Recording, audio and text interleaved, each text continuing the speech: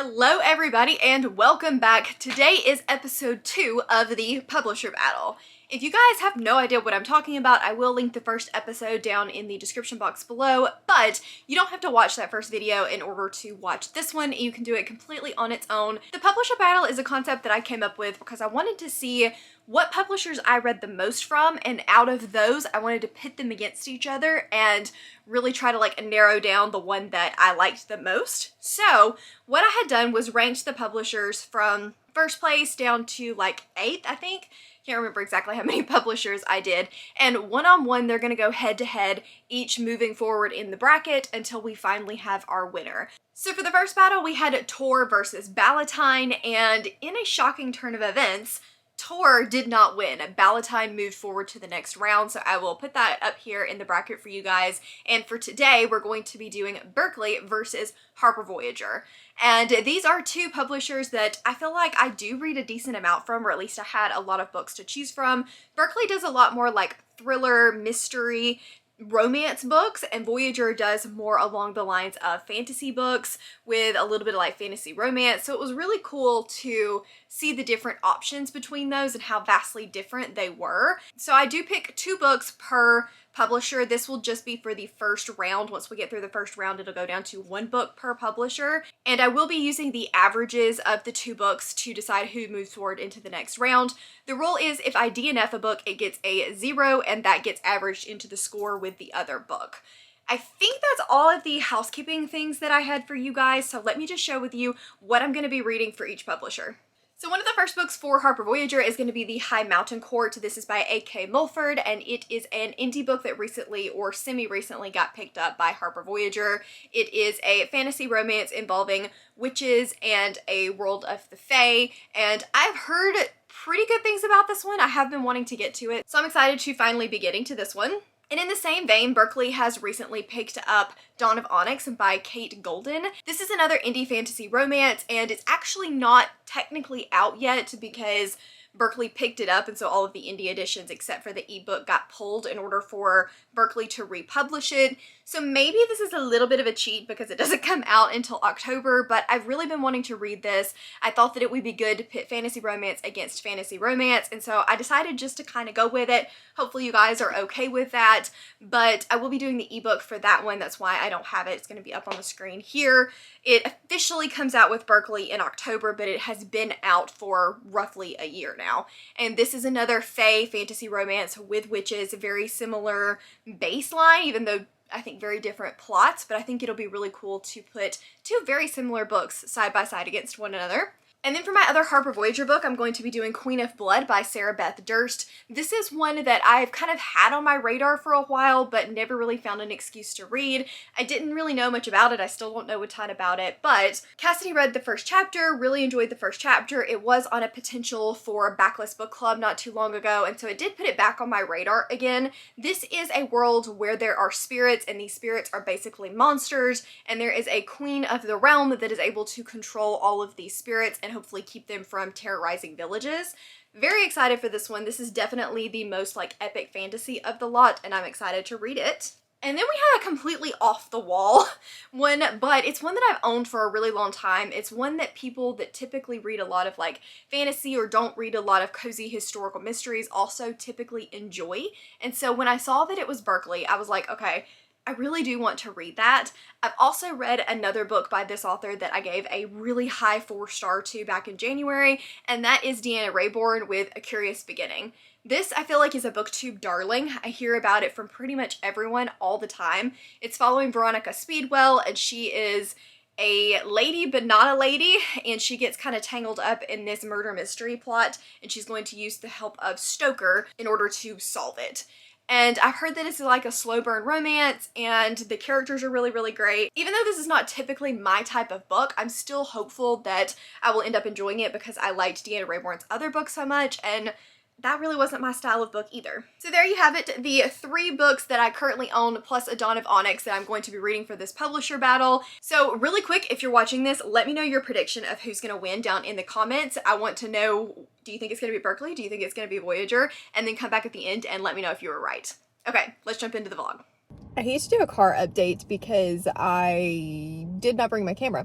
We are on our way to the Braves game, and I have started listening to The Queen of Blood by Sarah Beth Durst. This is one of the Harper Voyager picks, and I really wasn't planning to start this today, so that may be why you see the clips be slightly out of order, but I am absolutely loving this book so far. It starts off with Delana, and she is a 6-year-old girl, and there is like this tradition where they will jump rope, and whichever spirit they're talking about when they trip on the rope is going to eventually kill them. And then we flip forward to when she is 10 years old. This all happens in the first chapter, by the way. And the wood spirits decide to basically ignore the Queen of Blood, who's supposed to have like complete control over all of the spirits, and slaughters this village. I mean, slaughters it. There is only Delana and her family left standing. There might have been a few others, but mostly the whole village was destroyed. And the only reason that Delana and her family survived is because she has an affinity for spirits. And so this is a world where the Queen of Blood controls all of the spirits and keeps everyone, or all of them, like under her control so that they won't go out and slaughter villages. And heirs are not made by like the traditional royalty type bloodline. Like, it's not the queen's daughter that's going to be the one that is the next queen. Everyone that has an affinity for the spirits has the opportunity to go to this academy and learn, and then eventually potentially become an heir, and then maybe the queen. And I just think that that's a really cool way of doing things. These spirits are really interesting.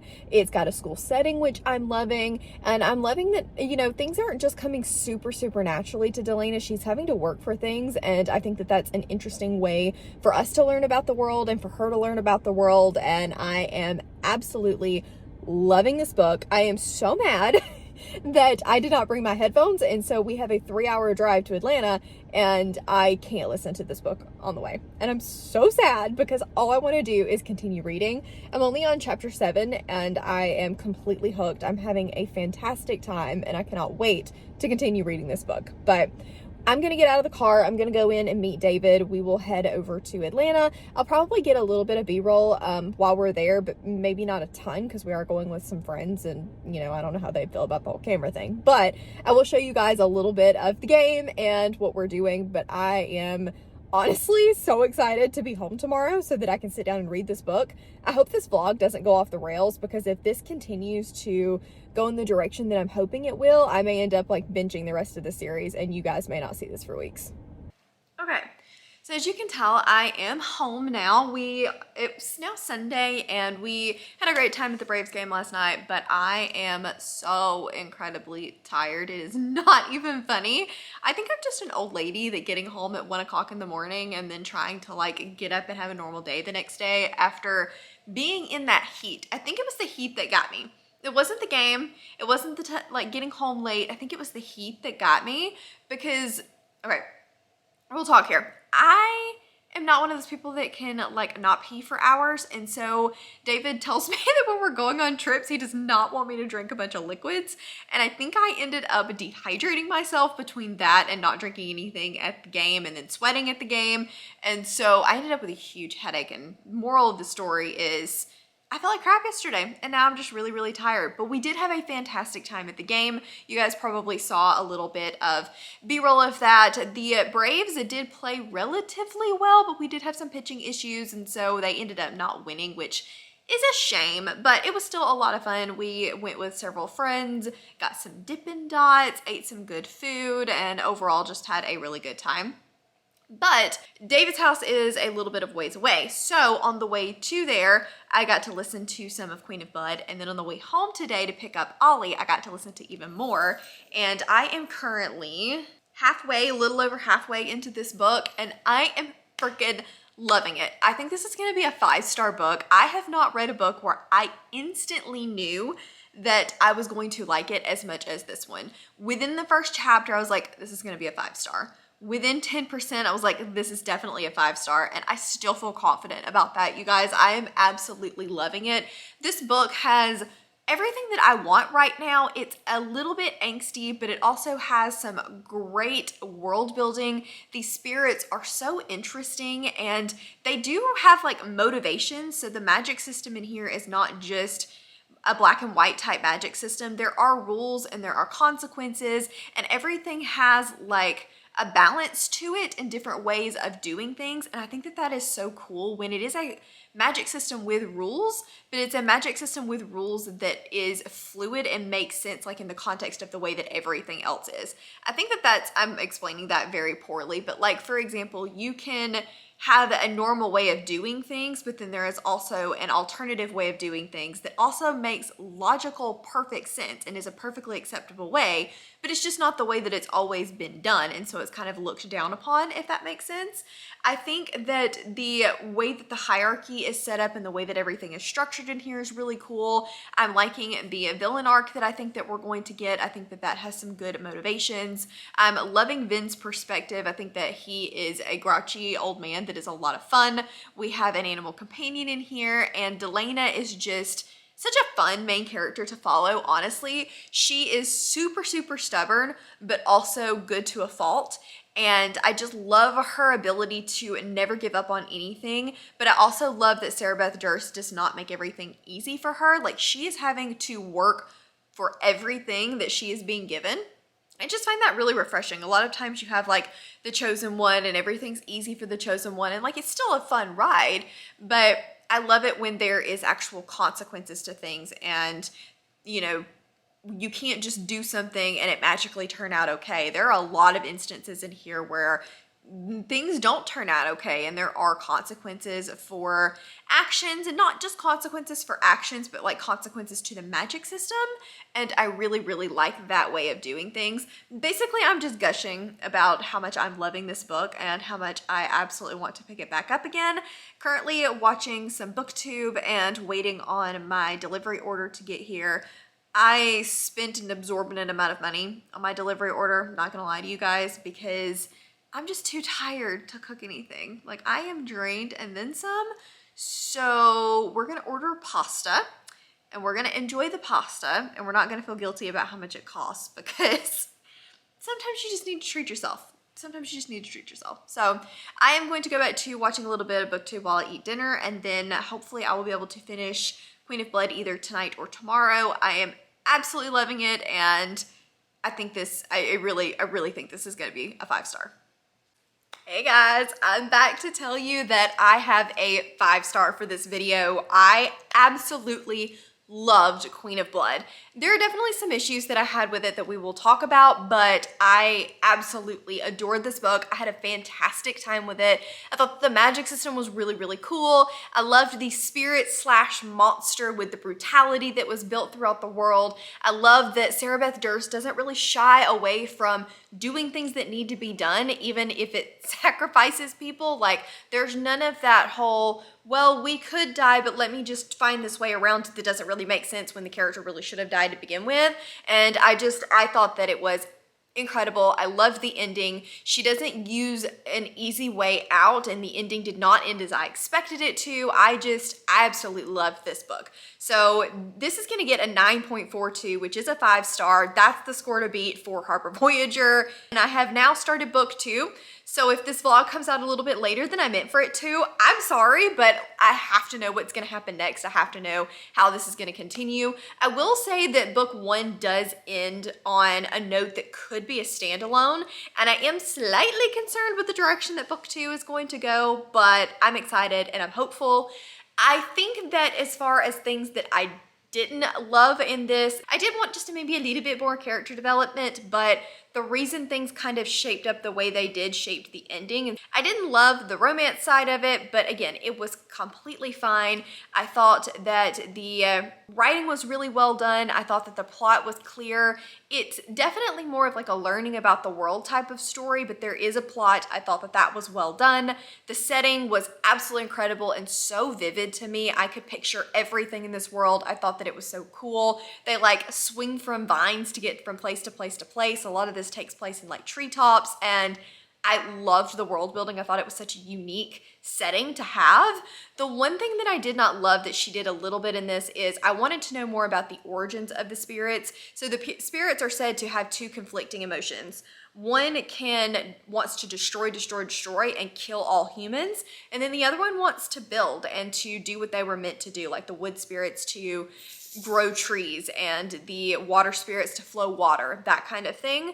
So I wanted to know more about why the motivations behind the kill, kill, kill part of the human side of things. I think it was just intended to be because the humans have a tendency to destroy nature, and so they inherently didn't want, like, they wanted to kill off the humans, but there's definitely a war between these two entities, and that's why the Queen of Renthia exists, is to try to balance out these two warring sides of destruction and creation, which I thought was really cool. I just wish we'd had a tiny bit more backstory into why, or just a couple of more paragraphs to kind of flesh that out a little bit. And then there was one character that was introduced in the beginning that did kind of fall out, and I didn't really understand why she was even there to begin with, to leave in the way that she did. So I wish that that had like come back around full circle, or we'd had a little bit more explanation into that, because I just felt like she was a pointless character that we very easily could have told the story without her. So why bother to put her in if you're not going to use her at all throughout most of the story? I would say she's only in about 25% of the story. Well, sorry about that, guys. My camera decided to die. I think that that's really all I have to say about it right now, but I think I'm gonna go. I have got some leftover noodles from last night that I'm very excited to eat, and I do want to try to get better about walking.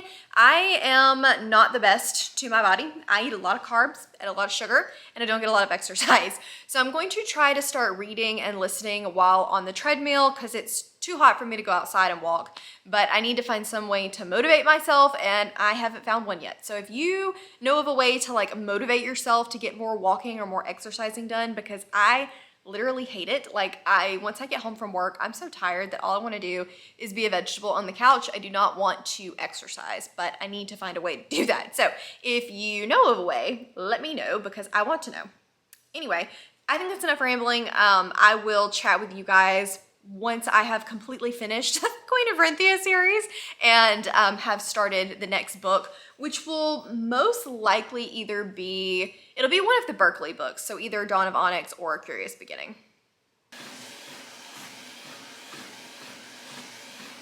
Hello friends, I wanted to check in with you guys because I'm about 60-ish pages into A Curious Beginning by Deanna Raybourn, and I just wanted to give some initial thoughts. I'm not sure about this so far. Normally, this is not at all my kind of read. Like, typically a historical cozy mystery would not be anything that I would be interested in picking up.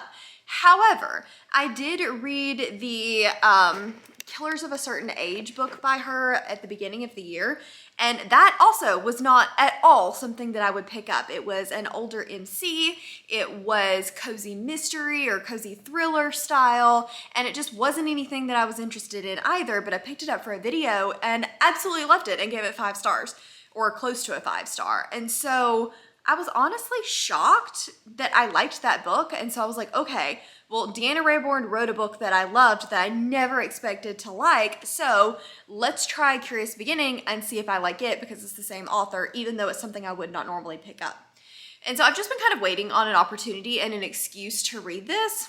It's set in London, 1887, and it's following Veronica Speedwell, who is a lady, and she is not like other ladies. She is independent and she does her own thing, and she is a natural like historian, a naturalist, and she studies butterflies, and so she'll go like all over the country studying butterflies. And she is swept away one day by a man that says that he knows her mother, she was adopted, knows her mother, and there are people out to hurt her, and if she doesn't come with him, then she's liable to end up murdered.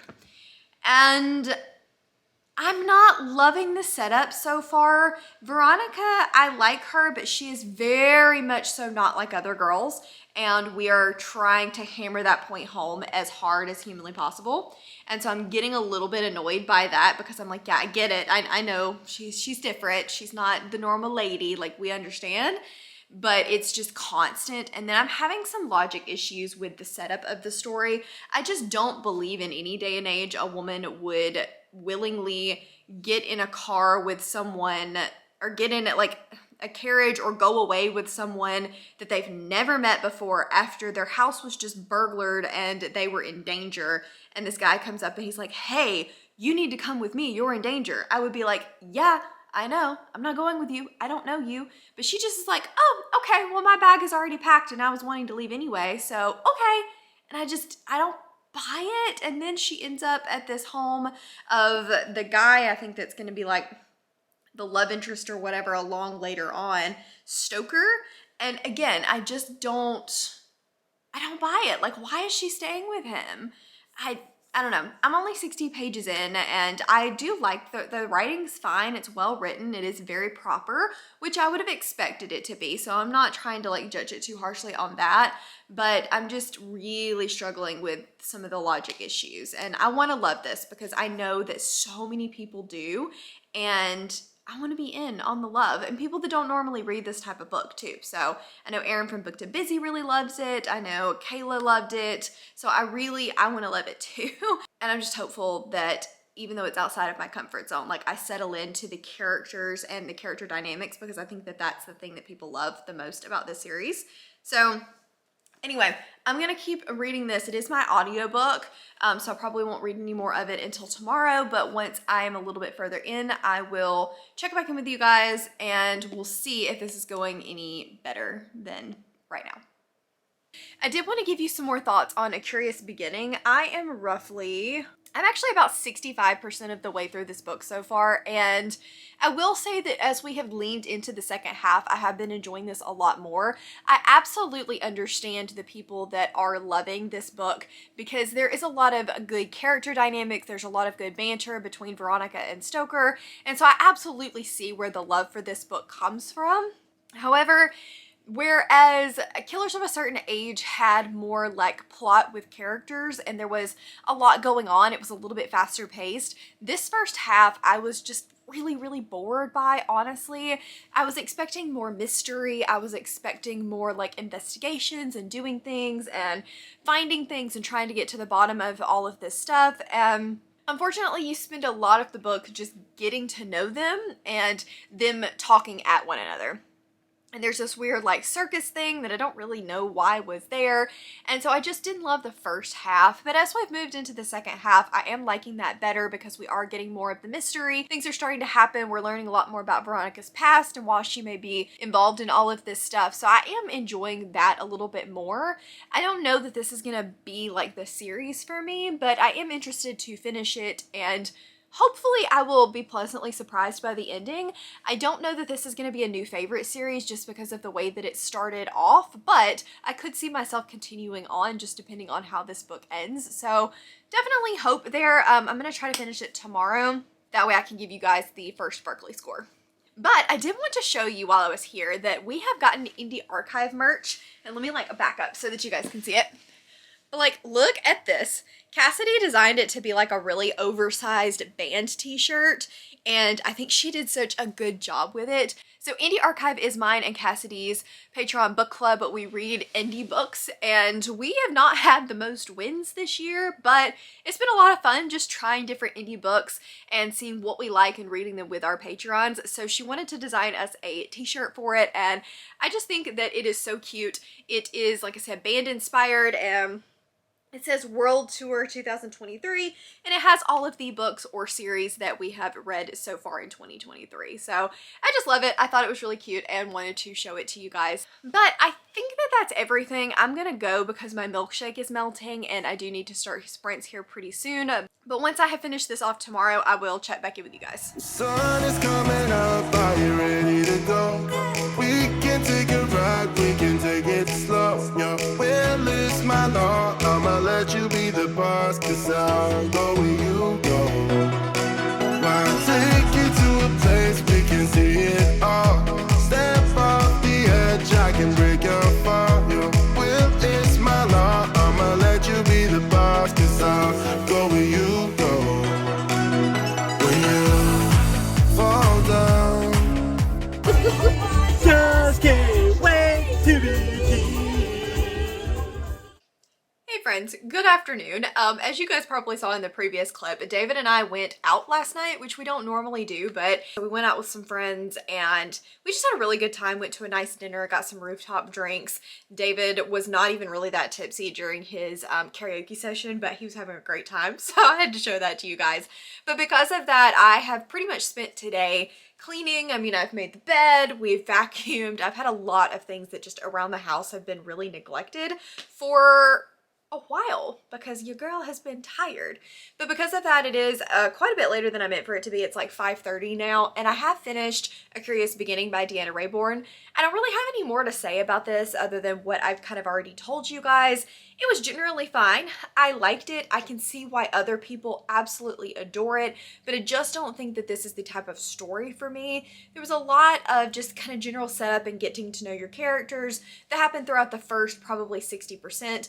The last part did speed up quite a lot, but the ending, like the very, very ending, I liked the ending. The very, very, very ending and kind of the closure, I was a little disappointed by because I thought that it was setting up this big, like, scandalous plot, and it was, but I don't know. I have a feeling that in the future, this big scandalous plot is not going to be what I wanted it to be moving forward. So I'm still trying to decide if I will continue on with the series. Probably so. I do own book 2, so I might as well go ahead and give that one a try as well. I think this was good. It just was not great. So it is going to be a 3-star from me. And I think it's going to get around like a 7 or so on the scale, and I will leave that down for you guys. But that will be the first. Berkeley score is about a 7, the exact number down here somewhere. And I am going to continue on with my next read. Be sacrificed to the god where she managed to escape, but she...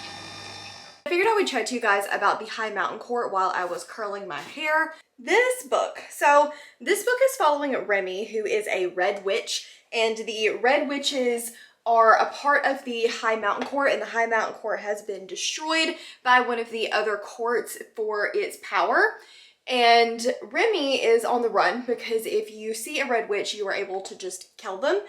And so she is trying to basically stay in hiding. She is staying with some other brown witches that are helping hide her from witch hunters, the fae that would kill her. So I think that that's an interesting setup. Then we meet Hale, I think is his name, which is a prince of the fae, and he is trying to find the fae prince that is going to be the rightful heir to the High Court Kingdom. So they are going to go on a quest in order to find this artifact or article or something like that that is going to help restore him to his throne. This is the first time I've used this curling iron in a really long time because I think it will hold up a little bit better in the rain, but like, it's very, very, very curly. Anyway, I like the setup of this. I don't think that it's anything groundbreaking. I don't think it's anything that I've never seen before. The relationship is feeling a little bit forced. And I will say that I am really, really, really not a fan of the writing style in this one. It just feels very basic. And unfortunately, that means that I'm not really connecting to anything. I am really struggling with getting behind the main characters and connecting to them. I'm really struggling with buying this relationship and the reason that this fae prince even wants her to begin with. And so everything is just feeling a little bit flat for me. I do think I'm right at 100 pages in, so about a third of the way through it so far. And it's fine. It's not great, it's not terrible, it's fine, but I definitely am not a fan of the writing style. So that is a sad day. I will continue. I do plan to finish it. How do I do this one? But I don't think it's going to be a new favorite by any means, so we'll see. It's very basic. So we'll see how I feel about it once we get a little bit further in. Like I said, at 100 pages, I don't really feel like a whole heck of a lot has happened so far. There is a lot of traveling involved, and you guys know how much I love traveling. So that could definitely be a point in the wrong direction for it. But we'll see. I will check back in. I don't have an audiobook for this one, and we're not going to get any reading done tonight. So probably tomorrow afternoon, and we'll see. Hopefully I end up liking this just a little bit better. Hello, hi. I just wanted to check in because I have got a package that I am very excited to open. I ordered this because Maria and Cassidy had ordered it, and I wasn't gonna get it because shipping from Broken Binding is a lot, and so it ends up making this book quite expensive, even though the UK hardcovers are typically cheaper than US hardcovers. But when they got it in person and when I heard a little bit more about what it was about, I knew that I needed to get it. So I wanted to unbox this with you guys and show you what I got and what it looks like. Here we go. Broken Binding's packaging is always, like, literally, it's amazing. It's impeccable. Then it's bubble wrapped. And then,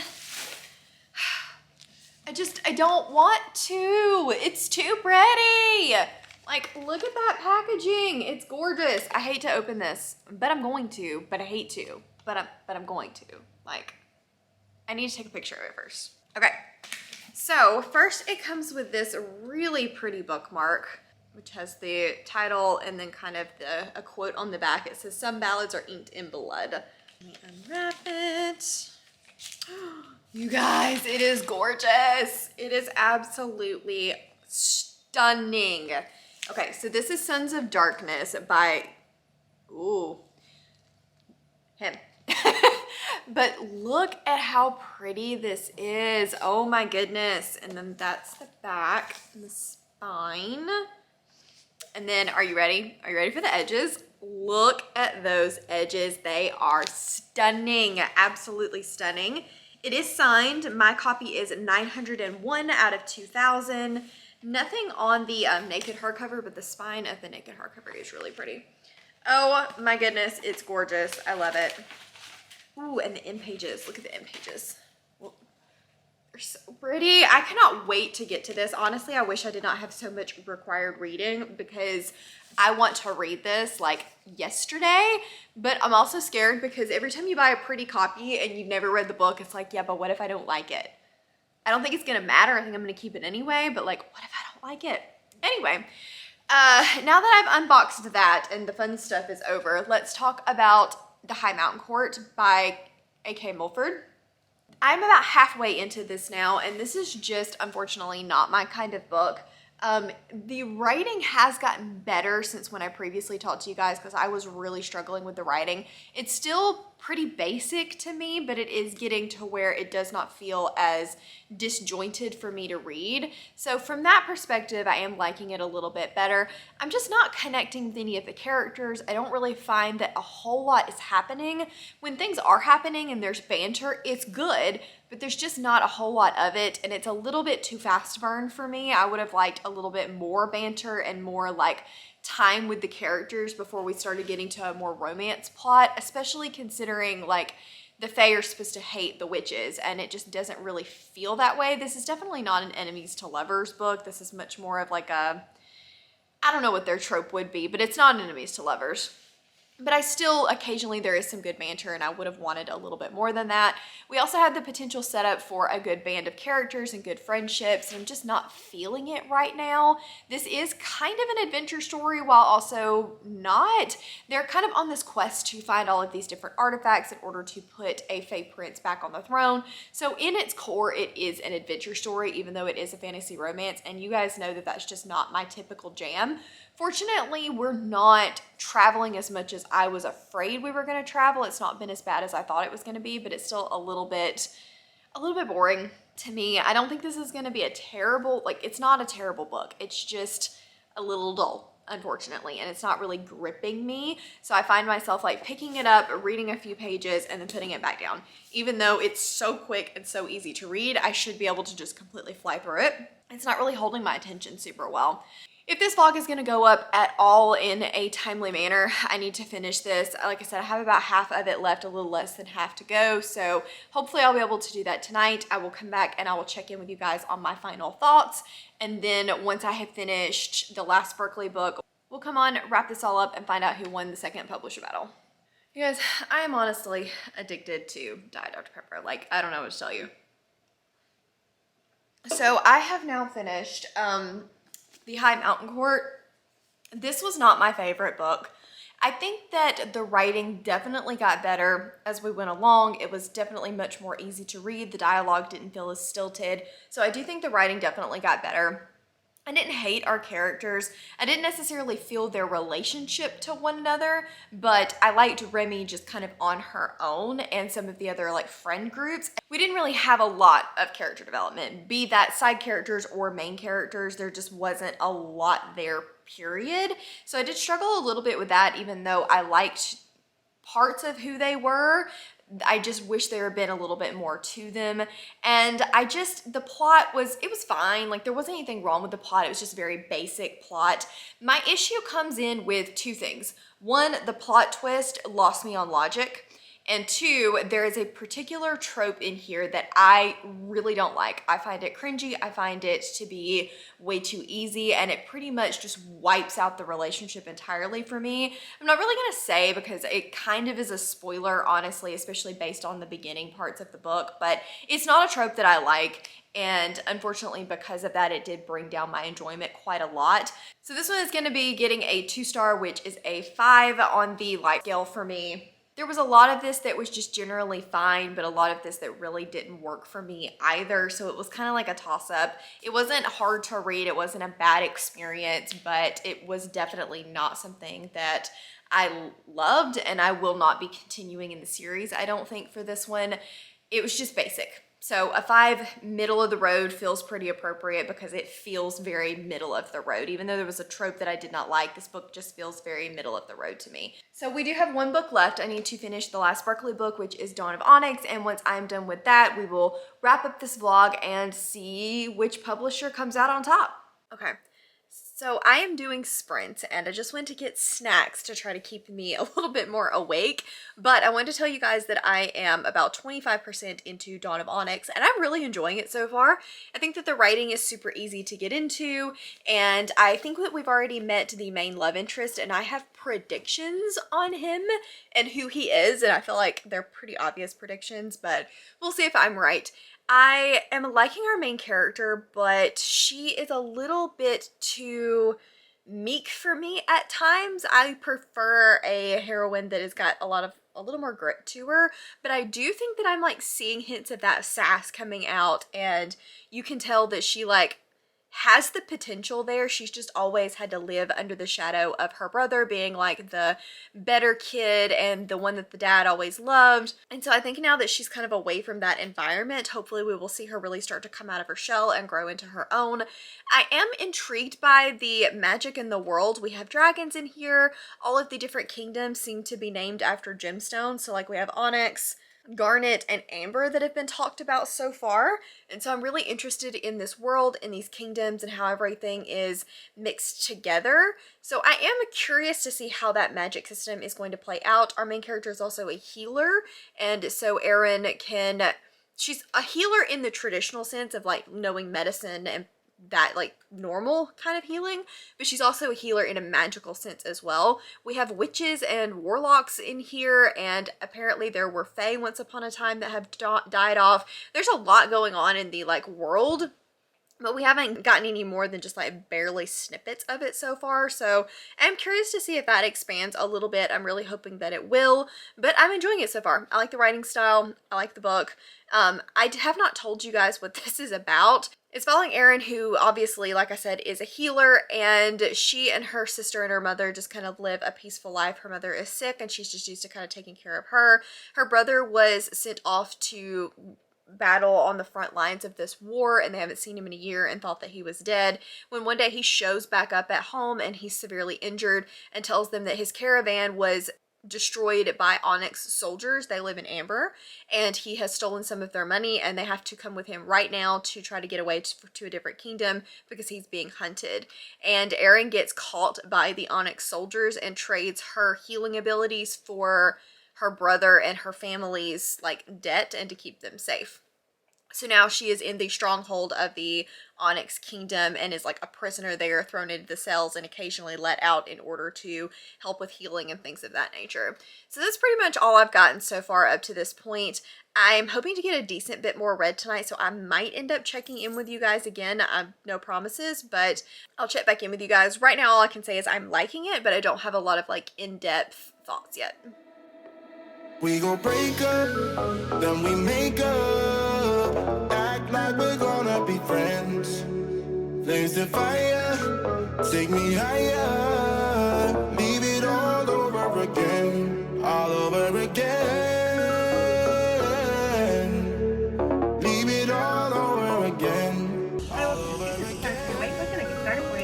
Can I get a medium iced caramelicious, please? Not today. That's all. Thank you. Okay, so it's a tad bit gross outside because it is pouring down rain. It's actually been raining all night. Like, we had a good thunder boomer last night, and it was nice little ambiance to sleep to. But anyway, hopefully you guys can hear me with all the pitter patter on the window. I just got one of my favorite drinks. I decided that I wanted to treat myself today, and so I got the Caramelicious from Scooters. It is so good. It's better than like their normal just caramel latte, because the normal caramel flavored lattes are, they're fine, but they just, I don't know, something hits different in these and they're so good. Anyway, I wanted to quickly touch base with you guys while I'm stopped about Dawn of Onyx. I did get to 50% last night, 53% last night, and I'm still really enjoying this. Right now, it's kind of sitting at like a high 3-star because I just wish that we were getting a little bit more development into the world and the magic system. But I do really, really like the characters. I think that that's super well done. We have a friendship in here that I think is a lot of fun and a really unique like bond between the two of them, because Mari is wanting to do the best. She feels like her only worth is in her knowledge and her ability to know things, and then Aaron is just kind of always feels inferior and like she's not good enough, and so the two of them together are a lot of fun to see. And then I do like the romantic relationship that I think we're going to get.